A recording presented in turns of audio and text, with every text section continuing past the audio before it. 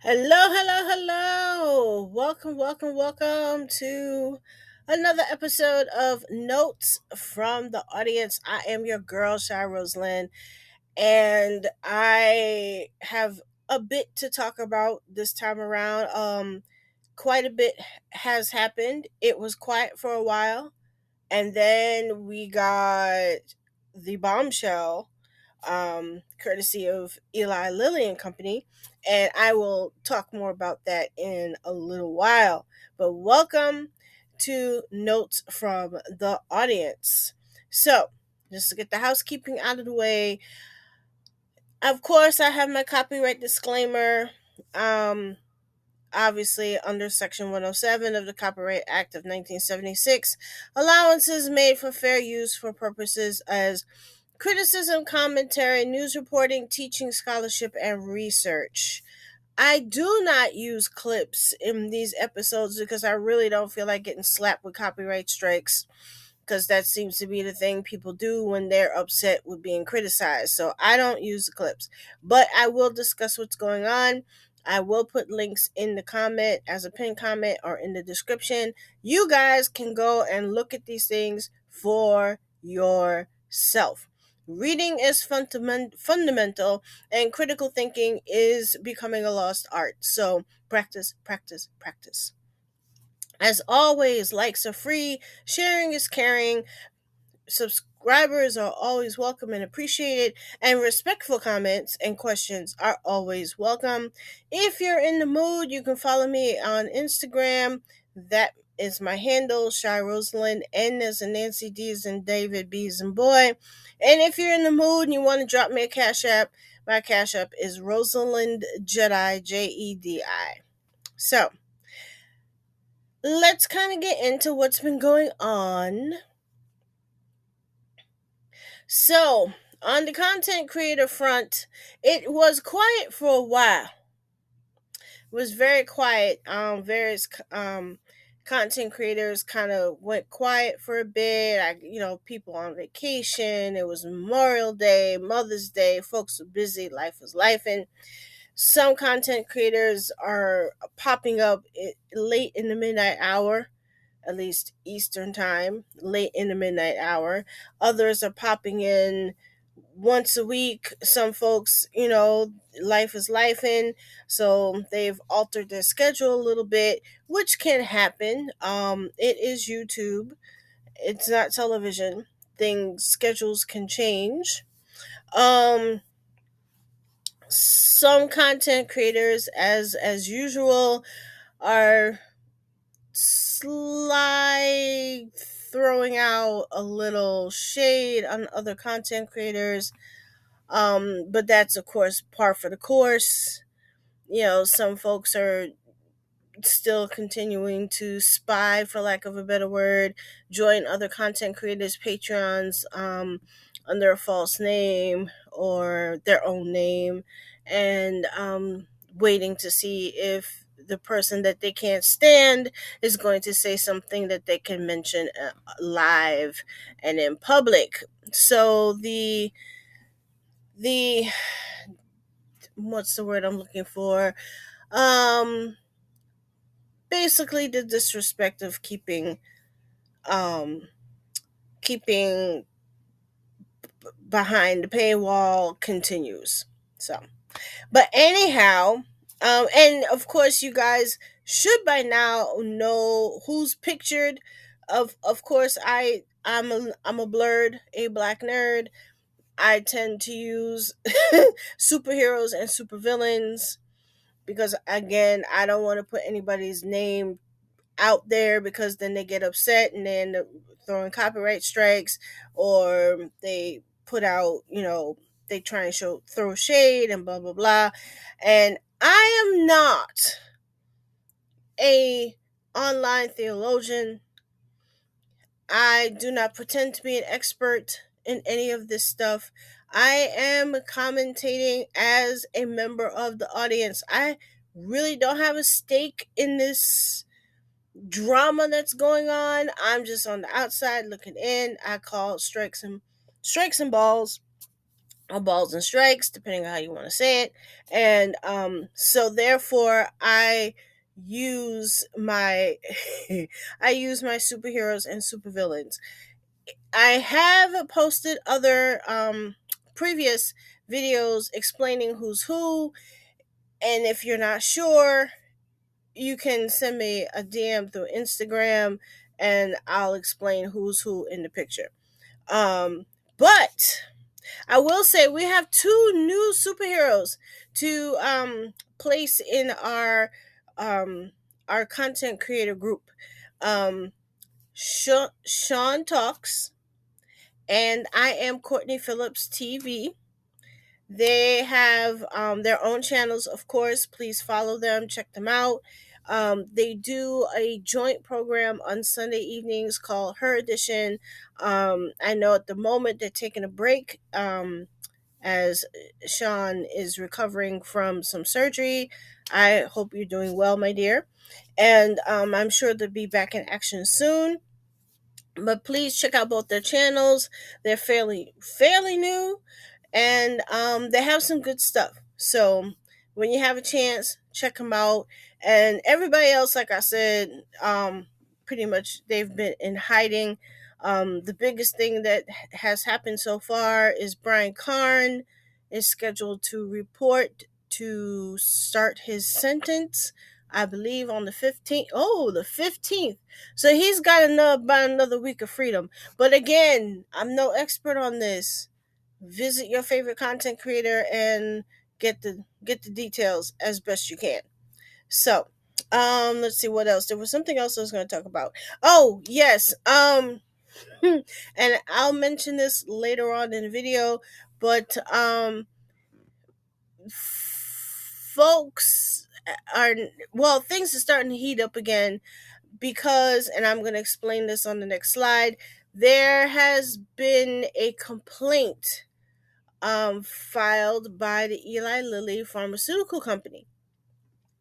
They have and it, they have actually filed complaints against several groups and different pharmacy companies, but the big one that everyone's talking about is against the Church of God in Christ, which everybody calls Kojic.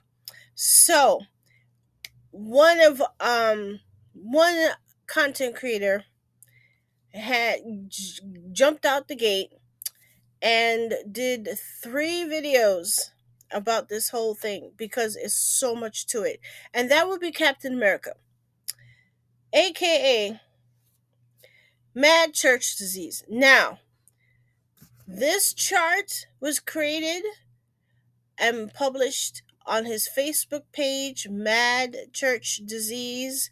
This is his creation, his property. All props, all credit goes to him.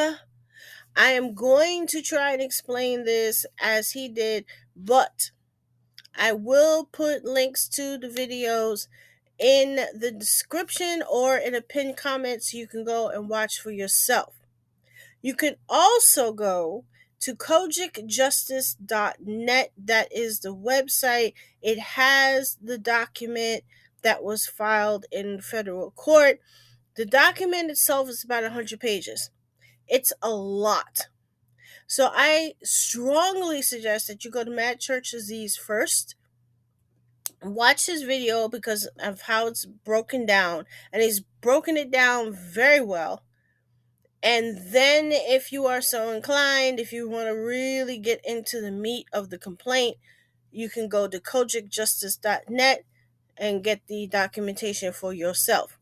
So, I would like to try and make this bigger, and I'm going to attempt to do so. I don't think darn it, I don't think I can. But again, go to his Facebook page and you'll be able to blow up the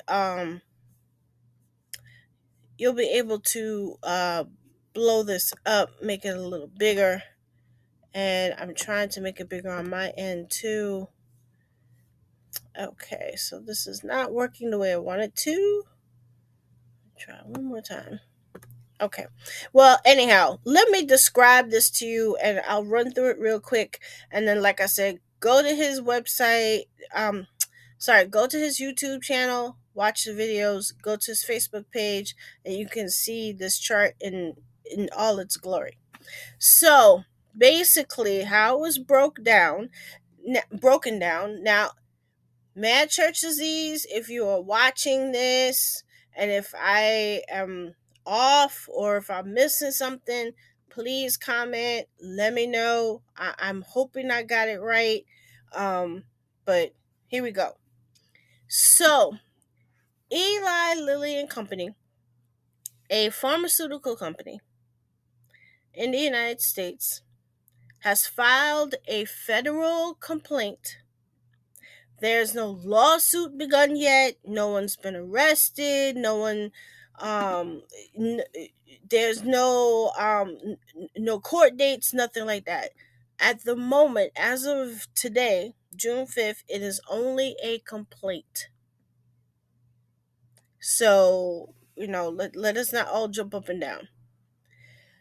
However, they did name some prominent folks in the Church of God in Christ.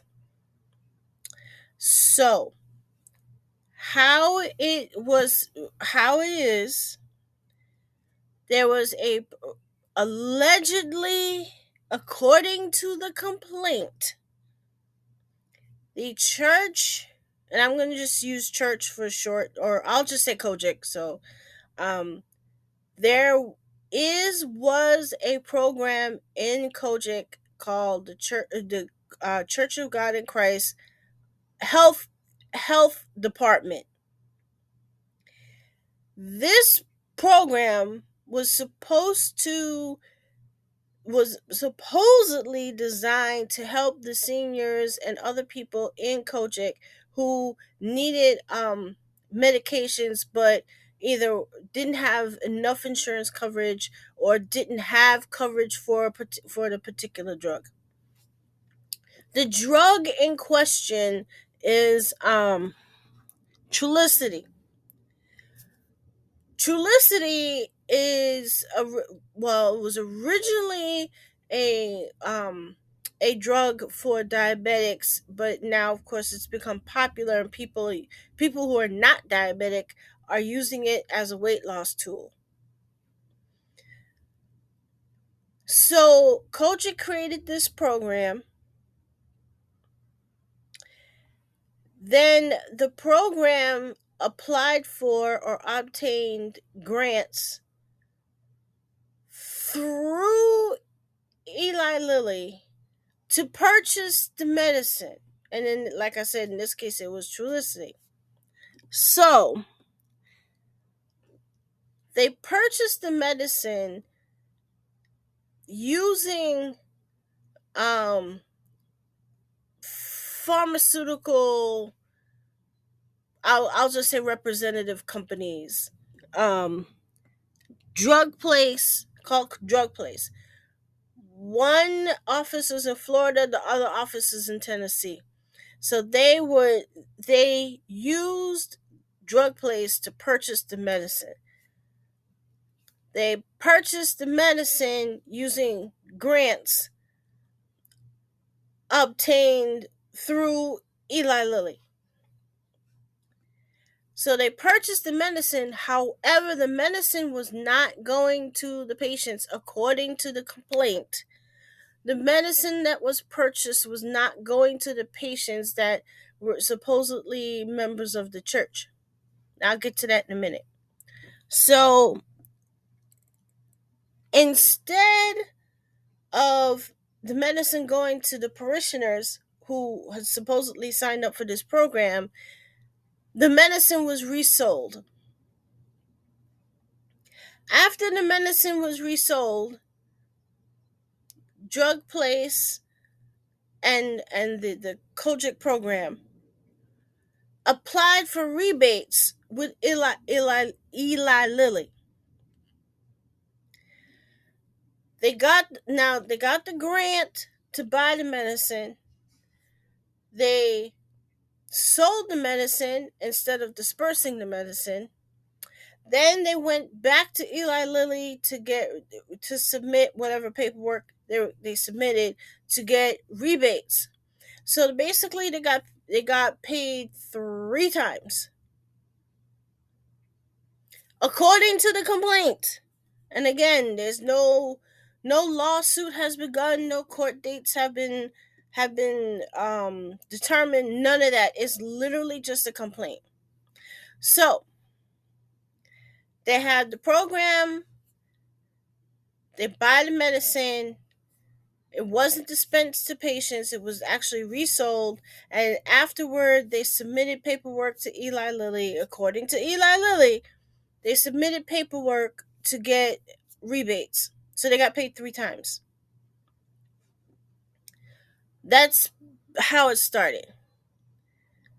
Now, on the back end, the backside of it, if like I said, if I'm getting this right, I hope I'm getting this right.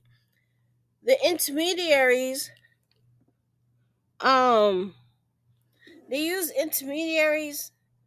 They used shell companies basically to process the request for the medicine and to do the rebates and all that stuff. So Lily paid the rebates, thinking that the medicine was dispensed to patients. According to the complaint, some Lily started doing their do. They started looking into their records and stuff like that. I guess I don't know how. It might be in the paper, the actual complaint. Some flag went up somewhere, and Eli Lilly started looking. They apparently, I'm guessing that Eli Lilly said, "Hey, wait a minute. Can we confirm some of these patients that you said you gave the medicine out to?" They couldn't confirm it. Some of the patients weren't patients; they were fake. So Eli Lilly said, we have a problem. Apparently, this has gone on over a course of several years. And again, as I mentioned, Kojic was not the only uh, program that has come into question by Eli Lilly. There are other complaints that are floating out there. I have not seen them for myself yet. If I do see something, I'll mention it. If anybody else has seen something, feel free to put a comment. Um, but at the moment, the big one is Eli Lilly versus Kojic, because the possible grand total of money that has been the triple dipping, as Matt Church disease call it, triple dipping. The total is approximately $250 million over the course of several years. You don't mess with the IRS and you don't mess with large drug companies, because at some point somebody's gonna really take a look, or it might have popped up during a routine audit. Maybe Eli Lilly had an audit by the IRS, who knows, but somebody spotted something that didn't look right, and now this has blown up. And again, there's no court date set. This is only a complaint that has been filed. um it sucks because the patients, if they were real parishioners that really needed the medicine, there's a very strong possibility they did not receive the medicine, which stinks, because the whole point was supposedly to help the parishioners. Obviously that has not happened. So for the past week, it has been, everybody's been talking about it. Just the sheer amount of money is raising flags, and local news has covered it. Um, there was a Kojic did put out a statement basically saying that they are cooperating with the investigation and they are doing their own investigation, and they can't comment further because there is a filing. So the big brouhaha is whether or not the gentleman that runs that is the what did they call him, the presiding bishop, how much did he know, did he know anything, because the people that are have been named in this scheme are fairly high up. One of the bishops sits on the what do they call it now, the the board, the main board of bishops. I don't. I'm not Kojic, y'all. So I just I might need a little help getting that straight. But one of the bishops that was named in the complaint is on the board, so he's fairly close to the presiding bishop. Um, someone, another content creator, has announced that that bishop that was named in the complaint has been or is about to be removed from the board. Um, I there's been no official announcement yet, so I'm just gonna say allegedly. I guess I don't know. That's what the word on the street be, but and that's another reason why I'm not saying the names, because there's been no official thing yet. But the big question, of course, is how much did the presiding bishop know? When did he find out something was wrong? And what are they going to do about it? They just had a women's convention or convocation, I think they call it, the other day. Um, there's some interesting clips that have come out of there. Like I said, visit your favorite online theologian to look at those clips. I will not show them. But it's been interesting. And so that seems to be the big question of the day or of the week. So between Brian Karn going to jail, possibly on the 15th, whatever day that falls on, he's got 10 days left, y'all. And then now this has is overshadowing this issue with Kojic is overshadowing even Brian Karn going to jail. So yeah, it's been a little interesting this week. And again, go to Mad Church Disease, go to his Facebook page so you can see a clearer, or if this isn't big enough in your screen, go to his Facebook page and make it as large as you want so you can look at it. And I will, like I said, I will put a link to the video in either in the description or as a pinned comment so you guys can actually see and hear for yourself. So it has been kind of busy in church drama land, and we will have to see what happens next. Um, we don't know, but like I said, some content creators have been fairly quiet. Some are doing their thing in the midnight hour. Um, I think Juice Radio and Talk Show and Mad Church Disease are probably the most active, and King Jives. I do have to give King Jives some credit. He's been fairly active. He's been as active as Mad Church Disease. So between the two of them, and Juice Radio and Talk Show. So between the three of them, this has been a fairly active thing. And I will confess, I have taken a peek at King Jives' channel, and he's very entertaining. I'll put it to you that way. So do visit his channel as well. So in the midst of all this, since some folks are in a tizzy, some folks have gone into hiding. Um, and if you haven't already noticed, let me just move on to the next slide real quick. If you haven't already noticed, like I said, some content creators have kind of gone quiet. Um, they folks have been, like I said, popping up in the midnight hour. Um, some folks haven't said much at all. and some folks are still throwing shade at other people. Uncle Tim is still doing his thing, calling out, talking about other people because that's what he does. Um, I decided to take a look. See, I'm not Kojic, I'm not Baptist. Technically, I'm Catholic, and that's a long story that I have talked about before.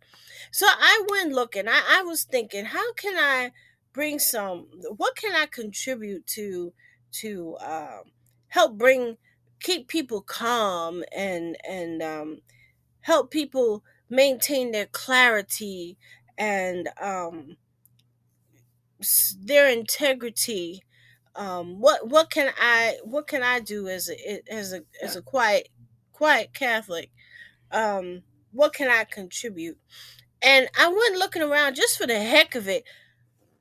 I typed into Google, Dr. Google, Mr. Google, patron saints for content creators. It popped up. I fell out with it. It actually gave a list of patron saints for content creators. Now, I'm using Saint Catherine of Siena as an example, but there's at least three or four. And if anyone's interested, I'll do an update with what was listed. But for Saint Catherine, they said that she is known for her powerful, clear, and passionate words. I think she did a lot of writing, and you can ask for her intercession to help communicate with spiritual insight and to avoid superficiality. I have a couple of content creators that popped into my head when I read that. Some of y'all need all kinds of help. Some of y'all need some ethical insight.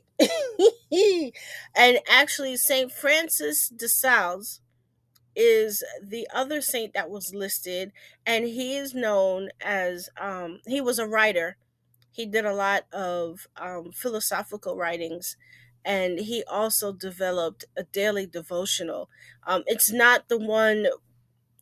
The Catholic Church, we have what's called a missal. It's like a daily book of prayer. You're supposed to look in it every day. Every day has a different Bible readings, and there's a prayer for the day. And that he well I think he what he wrote contributed to it, like the early version of it. But that's what he's known for. He's known for his writings and his devotionals. And he is a patron saint of journalism. And there's another saint. I have to look it up. I'll do a quick update on the saints that they listed. But there's another saint that is a patron saint of ethics, ethics and morals in writing. So I'll talk about that on another day. But I'm thinking some of y'all should go ahead and look up Saint Catherine of Siena, um, and see what her intercessory prayer is. Because it can't hurt the way this church drama is unfolding. It most certainly cannot hurt. Oh my God. So, anyhow, that's what I have for today for this episode of Notes from the Audience. I will keep watching and listening and paying attention as best I can. I hope you do too. And as I said, likes are free, sharing is caring. Reading is fundamental, and critical thinking is becoming a lost art. So practice, practice, practice. And summertime is upon us. Go outside, touch some grass, dig in the dirt, get some sun, go splash in a pool or the lake somewhere. Go outside, get yourself a cup of coffee, chill out. Life is too short. Eat dessert first. And I will catch you guys on the next one.